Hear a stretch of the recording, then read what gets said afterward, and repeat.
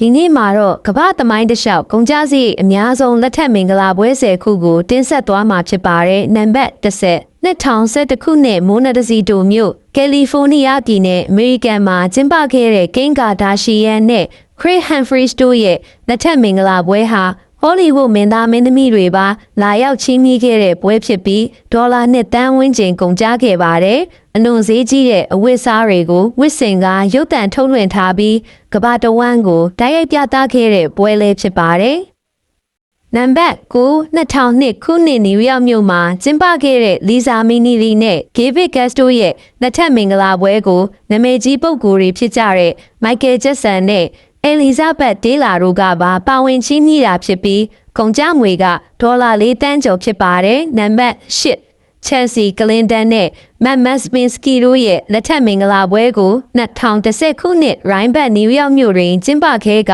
အမေရိကန်မင်းသားမင်းသမီးတွေပါချီးမြှင့်ခဲ့ပြီးဒေါ်လာ5သန်းကျော်ကုန်ကျခဲ့ပါတယ်။နံပါတ်9 2008ခုနှစ်အီတလီရီဗီရာမြို့အီတလီနိုင်ငံမှာကျင်းပခဲ့တဲ့ဝိန်းရူနီနဲ့ကိုလေးမလောက်လင်တို့ရဲ့လက်ထက်မင်္ဂလာပွဲကဧည့်သည်တွေကိုအထူးလေယာဉ်တွေနဲ့ခေါ်ဆောင်ခဲ့ပြီးဒေါ်လာ8သန်းခန့်ကုန်ကျခဲ့ပါတယ်။နံပါတ်6 Prince William နဲ့ Kate Middleton တို့ရဲ့လက်ထက်မင်္ဂလာပွဲကို2011ခုနှစ်တွင်လာရန်မြို့ရှိနာမည်ကြီး Westminster ခမ်းမဆောင်တွင်ကျင်းပခဲ့ပြီးကမ္ဘာတဝန်းကိုရုပ်သံတိုက်ရိုက်ထုတ်လွှင့်ခဲ့ကဒေါ်လာ34သန်းခန့်ကုန်ကျခဲ့ပါတယ်။နံပါတ်5 UK အိမ်ရှိမင်းသားCharles နဲ့ဂိုင်ယာနာစပင်စာတို့ရဲ့လက်ထက်မင်္ဂလာပွဲကို1982ခုနှစ်တွင်လန်ဒန်မြို့ရှိစိတ်ပေါ်ဖျားကျောင်းတွင်ကျင်းပခဲ့ပြီးကမ္ဘာတဝန်းရှိကြည့်ရှုသူ950သန်းရှိခဲ့ကဒေါ်လာတန်း50ကျော်ကုန်ကျခဲ့ပါတယ်။နံပါတ်4 1982ခုနှစ်မှာပြုလုပ်ခဲ့တဲ့ရှိတ်မိုဟာမက်ဘင်ရာရှစ်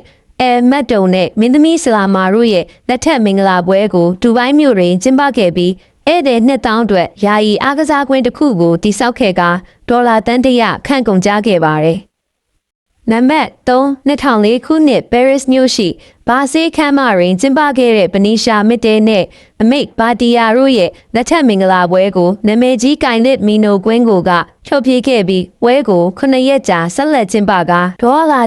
166သန်းကျော်ကုန်ကျခဲ့ပါတယ်။နံပါတ်2 2018ခုနှစ်အိန္ဒိယနိုင်ငံအချမ်းသာဆုံးပုဂ္ဂိုလ်ဖြစ်တဲ့မူကေးအပါမီရဲ့သမီးအေရှာအမ်ဘာနီကအနန်ပီရာမဲနဲ့အိန္ဒိယနိုင်ငံမူပိုင်းမြို့နဲ့ဒေဘူရမြို့တို့နှစ်နေရာတွင်လက်ထက်မင်္ဂလာပွဲပြုလုပ်ခဲ့ပြီးနာမည်ကျော်အဆိုတော်ပွန်ရဲကလာရောက်ဖြောပြေကအဲချိန်တုန်းကမေရီကလွှတ်တော်အမတ်နဲ့ဒီမိုကရက်တစ်ပါတီရဲ့ကိုစားပြုသမ္မတဝင်ပြိုင်ရာစည်ရင်းသွင်းခံရသူဟီလာရီကလင်တန်အပါအဝင်အခြားအထူးဧည့်သည်များတက်ရောက်ခဲ့တဲ့မင်္ဂလာပွဲကြီးဖြစ်ပြီးဒေါ်လာ1ဘီလီယံခန့်ကုန်ကျခဲ့ပါတယ်။